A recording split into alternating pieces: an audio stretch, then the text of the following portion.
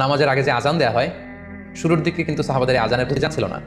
তখন সাহাবারা আল্লাহ রাসূল সাল্লাল্লাহু আলাইহি ওয়াসাল্লামের সাথে কনসাল্ট করছিলেন যে কিভাবে আজান দেওয়া যায়, অর্থাৎ কিভাবে ঘোষণা দেওয়া যায় সালাতের জন্য। একজন সাহাবা বলল, আমরা আগুন জ্বালিয়ে দিব, আগুনের ধোঁয়া দেখে মদিনার সবাই বুঝবে যে এখন সালাতের সময়, তো সবাই চলে আসবে।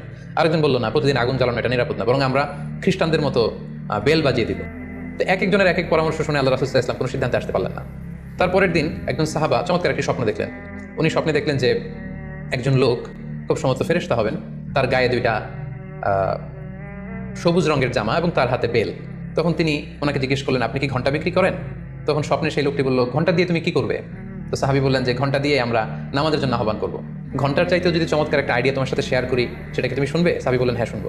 তখন তিনি বললেন, ঘন্টা না বাজিয়ে তোমরা উঁচু একটা জায়গায় দাঁড়িয়ে আল্লাহু আকবার, আল্লাহু আকবার, আল্লাহু আকবার, আল্লাহু আকবার, আশহাদু আল্লা ইলাহা ইল্লাল্লাহ, আশহাদু আন্না মুহাম্মাদুর রাসূল, এই বাক্যগুলোর মধ্যে দিয়ে আল্লাহর বরত্বের ঘোষণা হবে, রাসূল সাল্লাল্লাহু আলাইহি ওয়াসাল্লামের রিসালাতের ঘোষণা হবে, মানুষকে চমৎকার বাক্যে নামাজের দিকে ডাকাও হবে, ফলে লোকজন নামাজেও চলে আসবে। এই চমৎকার কথা শুনে সাহাবা তো অবাক হয়ে গেল, ওনার ঘুম ভেঙে গেল। উনি সকালবেলা আল্লাহ রাসূল সাল্লাল্লাহু আলাইহি ওয়াসাল্লামের কাছে এসে পুরো ঘটনা শোনালেন। আল্লাহ রাসূল সাল্লাল্লাহু আলাইহি ওয়াসাল্লাম এই স্বপ্নের কথা শুনে তিনি অভিভূত হলেন। তিনি বললেন, তুমি ঠিকই দেখেছো, যেহেতু বেলালের কণ্ঠ খুব দরাজ, বেলালকে ডাকো, আমাদের ঘন্টাও বাজানোর দরকার নেই, আগুন জ্বালানোর দরকার নেই, বেলালকে বাক্যগুলো মুখস্থ করিয়ে দাও। বেলাল মসজিদে নববীর পাশে দাঁড়িয়ে আওয়াজ করে এই আজান দিবে, এই ঘোষণা